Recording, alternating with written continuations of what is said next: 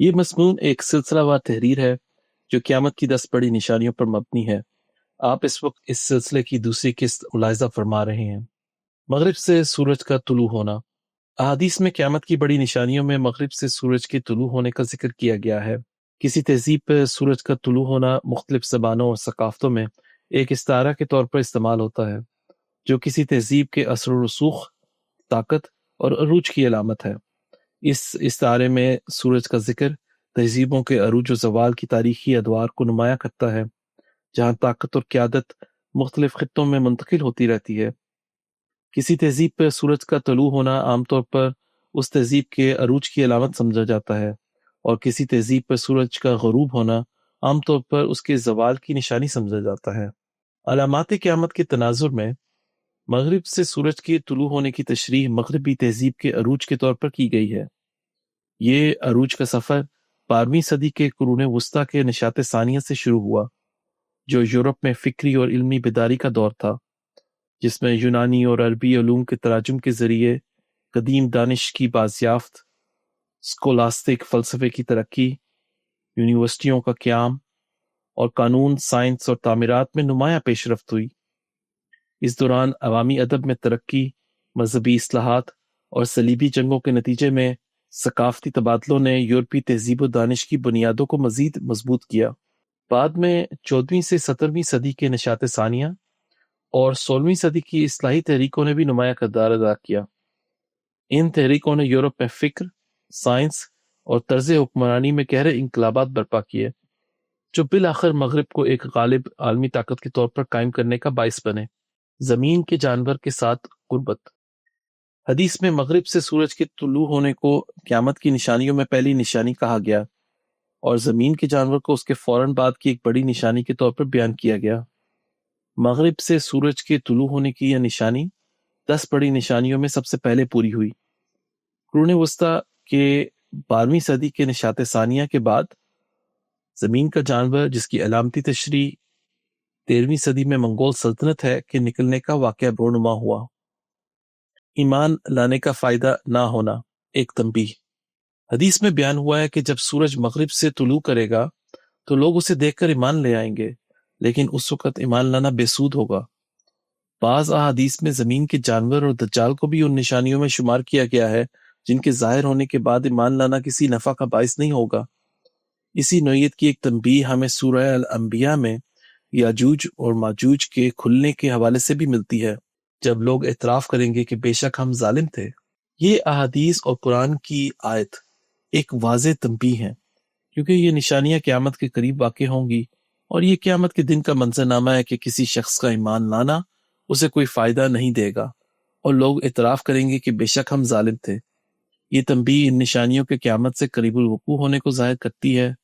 یہ نشانیاں قیامت سے کتنی قریب ہیں، اس کا علم صرف اللہ تعالیٰ کو ہے۔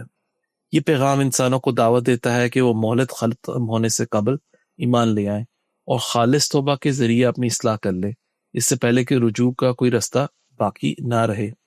دجال، جھوٹے مسیح کی آمد۔ دجال، جس کا مطلب بڑا جھوٹا ہے، کو المسیح الدجال بھی کہا جاتا ہے، جس کا ترجمہ جھوٹا مسیح ہے۔ مسیح عبرانی مشیاہ سے، جس کا مطلب مسح کیا گیا ہے، قدیم اسرائیل میں ان افراد کے لیے استعمال ہوتا تھا جو بادشاہ، نبی یا کہن کے طور پر خدا کی طرف سے چنے جاتے اور تیل سے مسح کیے جاتے۔ وقت کے ساتھ مسیح کا تصور محض ایک مسح شدہ فرد سے نجات دہندہ کے تصور میں تبدیل ہو گیا، جو تاریخی جدوجہد، نجات کی امیدوں اور مذہبی تشریحات کا نتیجہ ہے۔ اسی سیاق میں مسیح الدجال وہ ہستی ہے جو خود کو نجات دہندہ کے طور پر پیش کرتی ہے اور انسانی فطرت میں موجود مصائب و مشکلات سے نجات کی امید سے فائدہ اٹھاتی ہے۔ یہ نجات کی طلب بذات خود کسی مخصوص مذہبی پہلو کی حامل نہیں ہوتی۔ روایات کے مطابق اس کی پیشانی پر کافر لکھا ہوگا، جو اس بات کو تقویت دیتا ہے کہ دجال خدا کا منکر ہوگا، اور نتیجتاً اس کے وعدے کسی الہامی یا مذہبی بنیاد پر نہیں ہوں گے۔ زمین کے جانور کے برعکس، جو محض طاقت اور جبر کی علامت ہے، دجال انسانی شکل میں ظاہر ہوتا ہے، بالکل اسی طرح جیسے بعد کے ادوار میں بابلی سلطنت کو انسانی شکل میں پیش کیا گیا۔ اس سے یہ ظاہر ہوتا ہے کہ دجال محض ایک عسکری قوت پر مبنی سلطنت نہیں، بلکہ ایک ایسی ریاست ہے جو گمراہ کن عقائد کے ساتھ لوگوں کو اپنے جھوٹے وعدوں پر یقین دلاتی ہے۔ دجال کی شناخت۔ دجال کی شناخت کے لیے احادیث میں اس کے ظہور سے قبل پیش آنے والے واقعات اور اس کی نمایاں خصوصیات کو درج ذیل میں بیان کیا گیا ہے۔ دجال کے ظہور سے پہلے کے واقعات۔ دجال کی آمد سے پہلے متعدد احادیث میں مسلمانوں کی تاریخ کے 4 اہم واقعات کا ذکر ملتا ہے، جو نہ صرف مسلم و عیسائی کشمکش کے بڑے سنگ میل ہیں بلکہ امت کی اجتماعی آزمائش کا بھی مظہر ہیں۔ یہ 4 واقعات درج ذیل ہیں: جنگ یرموک، جس میں مسلمانوں نے بازنطینی رومی سلطنت کو فیصلہ کن شکست دی۔ پہلی صلیبی جنگ کا مارکہ انطاکیہ، جو شام کے شمالی علاقوں میں پیش آیا اور صلیبی یلغار کا نقطۂ آغاز بنا۔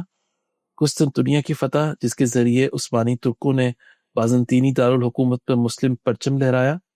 پہلی جنگ عظیم کے بعد عثمانی سلطنت کا زوال، جب خلافت نے اتحادی افواج کے سامنے ہتھیار ڈال دیے۔ اگرچہ ان واقعات کے درمیان صدیوں کا فاصلہ ہے، لیکن ان میں ایک گہرا ربط موجود ہے۔ پہلے 3 واقعات کا تعلق رومی بازنطینی سلطنت سے ہے، جبکہ آخری 3 واقعات میں ترک مسلمان نمایاں کردار ادا کرتے ہیں، جو اناتولیہ میں آباد ہو کر اسلامی دنیا کا عسکری اور سیاسی مرکز بنے۔ رومیوں اور مسلمانوں کے درمیان بڑی جنگ، جنگ یرموک 636 عیسوی۔ حدیث میں بیان کیا گیا ہے کہ ایک شدید جنگ شام سے آنے والی فوج سے ہوگی، جس میں مسلمان شہادت یا فتح کے عزم کے ساتھ لڑیں گے۔ ابتدائی 3 دنوں کی لڑائی میں دونوں فریق سخت نقصان اٹھائیں گے، مگر کوئی فیصلہ کن نتیجہ نہیں نکلے گا۔ چوتھے دن مسلمانوں کا دستہ وہ دشمن کو شکست دے گا۔ جنگ اتنی خوفناک ہوگی کہ فضا میں اڑنے والا پرندہ بھی اس کے اثرات سے بچ نہ سکے گا۔ آخر میں اتنے زیادہ لوگ قتل کیے جائیں گے کہ جنگ کے بعد گنتی کی جائے گی تو 100 میں سے صرف ایک شخص زندہ بچے گا۔ یہ واقعہ حدیث میں نبی کریم صلی اللہ علیہ وآلہ وسلم کی وفات کے جلدی بعد پیش آنے والے عظیم الشان مارکہ جنگ یرموک کی طرف اشارہ کرتا ہے، جو شام کے بازنطینی عیسائیوں کے خلاف لڑی گئی۔ یہ جنگ 6 دنوں تک جاری رہی، جن میں پہلے دن ابتدائی جھڑپیں اور حالات کا جائزہ لینے کی کوششیں ہوئیں، جبکہ 5ویں دن بازنطینیوں کی طرف سے جنگ بندی کی پیشکش اور آخری مارکے سے پہلے اثر نو صف بندی کی گئی۔ اسی لیے حدیث میں صرف 4 دنوں کی شدید لڑائی کا ذکر آیا ہے۔ دوسرے، تیسرے اور چوتھے دن سخت ترین مارکے دیکھنے میں آئے، جن میں جانی نقصان بھی غیر معمولی تھا۔ ان دنوں میں مسلمان افواج کی صفوں کو مجتمع رکھنے اور دشمن کے شدید دباؤ کو روکنے میں برق رفتار گھڑ سواروں نے جان ہتھیلی پر رکھ کے کلیدی کردار ادا کیا۔ ان میں خصوصاً حضرت اکرمہ بن ابی جہل اور ان کے 400 جانثار مجاہدین شامل تھے، جنہوں نے اپنی جانوں کی پرواہ کیے بغیر دشمن پر ٹوٹ پڑنے کی حکمت عملی اپنائی، جو حدیث میں مذکور شرطۃ الموت یعنی موت کے دستے کی عملی تفسیر معلوم ہوتی ہے۔ چھٹے دن، جو کہ حقیقی معنوں میں شدید لڑائی کا چوتھا دن تھا، مسلمانوں نے فیصلہ کن حملہ کیا۔ اللہ تعالیٰ نے اپنے دین کے علم برداروں کو شاندار فتح عطا فرمائی اور بازنطینی افواج مکمل طور پر پاش ہو گئی۔ اس جنگ میں مسلمانوں کو بھی بھاری جانی نقصان اٹھانا پڑا۔ میدان جنگ کے اوپر پرندوں کا نہ گزر سکنے کی تفصیل میدان جنگ میں تیروں کی بارش اور گرد و غبار کے اٹھنے کو ظاہر کرتا ہے، جو جنگ کی شدت کی طرف اشارہ ہے۔ یہ جنگ تاریخ عالم کے ایک اہم موڑ کے طور پر دیکھی جاتی ہے، جس نے شام میں مسلمانوں کے غلبے کی بنیاد رکھی۔ رومیوں کا دابق یا اعماق میں اترنا اور مسلمانوں سے لڑنا۔ پہلی صلیبی جنگ کا مارکہ انطاکیہ 1098 عیسوی۔ حدیث میں رومیوں کا دابق یا اعماق میں اترنا، مدینہ سے بہترین سپاہیوں پر مشتمل فوج کا ان کے مقابل آنا، رومیوں کا مسلمانوں کے قبضے سے جنگی قیدیوں کو چھڑانے کا مطالبہ اور 1/3 مسلمانوں کا فرار، 1/3 کا شہید ہونا اور 1/3 مسلمانوں کا کبھی آزمائش میں نہیں ڈالا جانا بیان کیا گیا ہے۔ یہ منظرنامہ تاریخ میں پہلی صلیبی جنگ کے دوران واضح طور پر سامنے آیا، جب بازنطینی سلطنت نے سلجوقی ترکوں کے خلاف فوجی مدد کے لیے یورپی عیسائی طاقتوں کو پکارا۔ اس جنگ کا ایک بڑا مقصد عیسائیوں کے مقدس مقامات بالخصوص یروشلم کو مسلمانوں کے قبضے سے آزاد کرانا تھا۔ احادیث میں صلیبیوں کے اس عزم کو اس انداز میں پیش کیا گیا ہے گویا ان کے نزدیک یہ مقدس مقامات مسلمانوں کی قید میں تھے، جنہیں وہ ہر قیمت پر بازیاب کرانا چاہتے تھے۔ پہلی صلیبی جنگ میں صلیبیوں نے اناتولیہ میں فتوحات کے بعد شمالی شام کا رخ کیا۔ ان کا پہلا بڑا ہدف انطاکیہ تھا، جو اس خطے کا ایک مرکزی اور کلیدی شہر تھا۔ شمال کی جانب سے انطاکیہ تک پہنچنے کے لیے وہ ماراش کے پہاڑی علاقوں سے گزرتے ہوئے اعماق میں اترے وہی میدان جس کا ذکر احادیث میں بھی ملتا ہے۔ انطاکیہ پر صلیبیوں کے قبضے کے بعد موصل کے اتابک ترک سپہ سالار کربوغا کی قیادت میں مسلمانوں کا ایک عظیم الشان لشکر انطاکیہ کو دوبارہ فتح کرنے کے لیے روانہ ہوا۔ یہ فوج مسلمانوں کے مشہور اور تجربہ کار جنگجو گروہوں پر مشتمل تھی۔ مسلم مورخ ابن الاسیر کے مطابق یہ لشکر پہلے دابق میں پڑاؤ ڈالتا ہے اور پھر انطاکیہ کی طرف بڑھتا ہے۔ حدیث میں جس مدینہ سے نکلنے والی فوج کا ذکر ہے وہ دراصل مسلمانوں کی افواج کی علامت ہے، کیونکہ رسول اللہ صلی اللہ علیہ وآلہ وسلم کے عہد میں مدینہ منورہ مسلمانوں کی ریاست کا مرکز تھا اور لشکر وہیں سے ہی روانہ ہوا کرتے تھے۔ حدیث کے مطابق مسلمانوں کے 3 گروہوں کا ذکر ملتا ہے۔ 1/3 وہ جو میدان جنگ سے فرار اختیار کریں گے۔ ابن الاسیر بیان کرتے ہیں کہ جنگ کے دوران تقریباً پوری مسلمان فوج میدان چھوڑ کر بھاگ گئی، سوائے ایک چھوٹے سے دستے کے۔ حدیث کے مطابق یہ فرار کی راہ اختیار کرنے والا گروہ ہے جنہیں اللہ کبھی معاف نہیں کرے گا۔ 1/3 وہ جو شہید ہوں گے۔ ابن الاسیر کے مطابق ایک چھوٹے سے دستے کے مجاہدین جو سرزمین مقدس سے تعلق رکھتے تھے ثابت قدم رہے اور انہوں نے اللہ کی رضا اور شہادت کی طلب میں لڑائی جاری رکھی۔ صلیبی فوج نے ان میں سے ہزاروں کو شہید کر دیا۔ یہی وہ لوگ ہیں جنہیں اس حدیث میں افضل الشہداء یعنی سب سے بہترین شہداء قرار دیا گیا ہے، اور 1/3 وہ جنہیں آزمائش میں کبھی ڈالا ہی نہیں جائے گا، یعنی وہ ترک مسلمان جنہوں نے پہلی 9 صلیبی جنگیں جو بنیادی طور پر عیسائیوں کے مقدس مقامات کے حصول کے لیے لڑی گئی میں حصہ نہیں لیا۔ یہ تقسیم انطاکیہ کی لڑائی میں مسلمانوں کی شکست کی علامت ہے۔ اس جنگ کے اثرات تاریخ پر بہت گہرے رہے، کیونکہ اس وقت مسلمانوں کی تعداد اور عسکری قوت صلیبیوں کے مقابلے میں کہیں زیادہ تھی۔ تاہم اس غیر متوقع شکست نے صلیبیوں کو مزید حوصلہ دیا، جس کے نتیجے میں وہ 1099 میں یروشلم پر حملہ آور ہوئے اور بالآخر اسے فاطمیوں سے چھیننے میں کامیاب ہو گئے۔ مسلمانوں کا قسطنطنیہ کو فتح کرنا 1453 عیسوی۔ حدیث میں 1/3 مسلمانوں کا جیت جانا اور قسطنطنیہ کو فتح کرنا جنہیں آزمائش میں کبھی نہیں ڈالا گیا، ان ترک مسلمانوں کی نمائندگی کرتا ہے جنہوں نے پہلی 9 صلیبی جنگیں جو بنیادی طور پر عیسائیوں کے مقدس مقامات کے حصول کے لیے لڑی گئی کے دوران صلیبی جنگوں میں حصہ نہیں لیا۔ اس گروہ نے سلطنت عثمانیہ کے تحت 1453 میں قسطنطنیہ کو فتح کر کے مشرقی رومی سلطنت کا خاتمہ کر دیا۔ مسلمانوں کا تلواریں لٹکانا اور دجال کا ظہور، عثمانی سلطنت کا ہتھیار ڈالنا 1918 عیسوی اور سوویت یونین کا قیام 1922 عیسوی۔ حدیث میں بیان کیا گیا ہے کہ جب تلواریں زیتون کے درختوں پر لٹکا کر مال غنیمت کو تقسیم کیا جا رہا ہوگا، شیطان پکارے گا، مسیح تمہارے گھروں میں داخل ہو گیا ہے۔ یہ خبر سن کر مسلمان روانہ ہوں گے، لیکن یہ جھوٹ ہوگا۔ پھر جب وہ شام پہنچیں گے اور جنگ کے لیے صف بندی کر رہے ہوں گے، عین اسی وقت دجال نمودار ہو جائے گا۔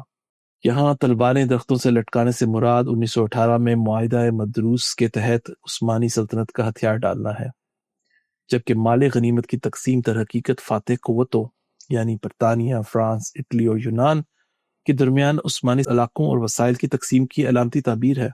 انہی ایام میں کمیونزم ایک عالمی طاقت کے طور پر ابھرا اور 1920 میں آذربائیجان، آرمینیا اور عثمانیوں کے کئی سابقہ علاقوں پر کمیونسٹوں نے قبضہ کر لیا۔ یہی وہ لمحہ تھا جسے حدیث میں شیطان کی پکار مسیح تمہارے گھروں میں داخل ہو گیا ہے کے ذریعے علامتی انداز میں بیان کیا گیا ہے۔ شیطان کی جانب سے مسیح کے ظہور کا یہ جھوٹا اعلان دراصل اس کمیونسٹ پروپیگنڈے کی نمائندگی کرتا ہے جس کے ذریعے کمیونسٹ ریاست کو ایک نجات دہندہ کے طور پر پیش کیا گیا، ایسی ریاست جو عوام کو سرمایہ دارانہ اور جاگیردارانہ استحصال سے رہائی دلانے اور مزدوروں، کسانوں کے لیے برابری اور سوشلسٹ نظام کی شکل میں ایک مثالی معاشرتی خواب کو حقیقت بنانے کا دعویٰ کر رہی تھی۔ رسول اللہ صلی اللہ علیہ وآلہ وسلم کے زمانے میں شام عیسائیوں کے زیر تسلط تھا، لہٰذا مسلمانوں کا شام پہنچنا علامتی طور پر 1920 میں معاہدہ سیور کے تحت یورپی عیسائی فاتحین کے عثمانی سلطنت کے علاقوں پر باضابطہ قبضے کی طرف اشارہ کرتا ہے۔ اسی طرح احادیث میں بیان کردہ مسلمانوں کی صف بندی ترکی میں ایک نئی سیاسی ترتیب کے قیام کی علامت ہے۔ نومبر 1922 میں ترکی کی قومی اسمبلی نے باضابطہ طور پر عثمانی سلطنت کے خاتمے کا اعلان کیا اور اسی دوران دسمبر 1922 میں سوویت یونین کا قیام عمل میں آیا۔ یہ وہی لمحہ تھا جب روایات کے مطابق دجال کا ظہور ہوا۔ مسلمانوں کے 10 گھڑ سوار، ترکی کی قومی تحریک کے 10 رہنما۔ حدیث میں آتا ہے کہ جب مسلمان دجال کی خبر سنیں گے تو وہ ہر چیز چھوڑ کر 10 گھڑ سواروں کو تلیا یعنی پیش رو دستہ کے طور پر روانہ کریں گے جو اس دن کے بہترین گھڑ سوار ہوں گے۔ یہ منظر حضرت عیسیٰ علیہ السلام کی کتاب مکاشفہ میں بیان کردہ گھڑ سواروں کی مانند ہے، جہاں گھڑ سوار قیادت اور رہنمائی کی علامت کے طور پر ظاہر ہوتے ہیں۔ مذکورہ حدیث میں بھی ان 10 گھڑ سواروں سے مراد مسلمانوں کے 10 رہنما ہیں۔ ان کی تعبیر ترکی کی قومی تحریک کے وہ 10 نمایاں سیاسی اور عسکری شخصیات ہیں جنہوں نے ابتدا میں کمیونسٹوں اور بعد ازاں مغربی طاقتوں سے کامیاب مذاکرات کیے۔ حدیث میں ان کو اس دن کے بہترین گھڑ سوار بتایا گیا ہے جو در حقیقت بطور سفارت کار اور رہنما ان کی پیشہ ورانہ صلاحیت کو ظاہر کرتا ہے۔ ان میں خاص طور پر مصطفیٰ کمال اتاتürk، یوسف کمال، کاظم کارابیکر اور بعد میں عصمت انونو جیسے رہنماؤں نے بے مثال سفارتی مہارت کا مظاہرہ کیا اور کمیونسٹوں اور مغربی طاقتوں دونوں سے بہترین معاہدے حاصل کیے۔ 1921 میں ترکی کی قومی تحریک نے کمیونسٹوں کے ساتھ سرحدوں کے تعین اور مالی امداد اور عسکری حمایت پر معاہدے کیے، لیکن تحریک کے رہنماؤں نے ترکی کو کمیونزم کے نظریاتی اثر سے محفوظ رکھنے میں کامیابی حاصل کی۔ بعد ازاں 1923 میں معاہدہ لوزان کے تحت مغربی طاقتوں سے مکمل خود مختاری حاصل کی اور عثمانی سلطنت کے برعکس ترکی کو نوآبادیاتی تسلط سے بچایا۔ یہ ایک نادر سفارتی کامیابی تھی جس میں ترکی نے دونوں عالمی طاقتوں سے فائدہ اٹھایا مگر کسی کا تابع نہیں بنا۔ بنی اسحاق کے 70,000 افراد باکو شہر کے شیعہ مسلمان 1918 سے 1920 عیسوی۔ حدیث میں ایک ایسے شہر کا ذکر ملتا ہے جس کی ایک سمت خشکی اور دوسری سمت سمندر ہے۔ بنی اسحاق کے 70,000 افراد بغیر اسلحہ کے اس شہر پر حملہ کریں گے اور لا الہ الا اللہ واللہ اکبر کے 3 بار کہنے کے بعد یہ شہر ان کے لیے کھل جائے گا۔ شہر پر قبضے کے بعد وہ مال غنیمت اکٹھا کریں گے اور تقسیم کریں گے، لیکن دجال کے ظہور کی خبر سنتے ہی لوٹ جائیں گے۔ اس حدیث کی تعبیر موجودہ آذربائیجان کے دارالحکومت باکو کے 15 ستمبر 1918 کے واقعات ہیں۔ یہ شہر بحر خزر کے کنارے واقع ہے، ایک طرف خشکی اور دوسری طرف سمندر۔ اس پیشگوئی میں شیعہ مسلمانوں کو علامتی طور پر بنی اسحاق سے تشبیہ دی گئی ہے، جس میں بنی اسحاق حضرت ابراہیم علیہ السلام کے پیروکار ہونے کے باوجود رسول اللہ صلی اللہ علیہ وآلہ وسلم کے زمانے میں ایک علیحدہ مذہبی شخصیت شناخت رکھتے تھے۔ اسی طرح شیعہ مسلمان بھی رسول اللہ صلی اللہ علیہ وآلہ وسلم کے بعد اسلام کے اندر ایک مسلکی امتیاز کے حامل گروہ کے طور پر سامنے آئے۔ حدیث میں بنی اسحاق کی 70,000 کی تعداد کا ذکر دراصل اس وقت باکو میں موجود شیعہ آبادی کی طرف اشارہ کرتا ہے جو تقریباً 70,000 کے قریب تھی۔ تاریخی طور پر باکو میں 15 ستمبر 1918 کو عید الاضحیٰ کا دن تھا جب پہلی جنگ عظیم کے دوران عثمانی افواج باکو میں داخل ہوئی۔ برطانوی اور آرمینیائی افواج ایک رات قبل ہی باکو کا انخلا کر چکی تھی، جس کے باعث عملی طور پر شہر کا دفاع ختم ہو چکا تھا۔ حدیث میں ذکر کردہ لا الہ الا اللہ واللہ اکبر کے الفاظ اس دن عید الاضحیٰ کی مناسبت سے ایام تشریق کی تکبیروں کو ظاہر کرتے ہیں۔ حدیث کے مطابق 3 مرتبہ یہ کلمات کہے جانے کے بعد شہر کا کھل جانا علامتی طور پر عید الاضحیٰ کے تیسرے دن مقامی شیعہ آبادی کی نمائندہ آذربائیجان ڈیموکریٹک ریپبلک کی جلا وطن قیادت کا واپس آنا اور باکو میں 17 ستمبر 1918 کو باقاعدہ اپنی حکومت قائم کرنا ہے۔ حدیث میں مذکور مال غنیمت سے مراد اس دور میں باکو کے وسیع تیل کے ذخائر ہیں جن پر آذربائیجان ڈیموکریٹک ریپبلک کی شیعہ مسلمان قیادت کو عارضی طور پر کنٹرول حاصل ہوا۔ اس قیادت نے ان وسائل کو اقتصادی اور سفارتی مقاصد کے لیے بھرپور طریقے سے استعمال کرنے کی کوشش کی۔ تاہم اپریل 1920 میں جب بالشوک کمیونسٹ افواج نے باکو پر حملے کی دھمکی دی تو یہ قیادت اپنی مختصر خود مختاری اور حاصل شدہ وسائل چھوڑ کر واپس جلاوطنی میں چلی گئی، جو حدیث میں دجال کے ظاہر ہونے کی خبر سن کر واپس پلٹنے کی تعبیر ہے۔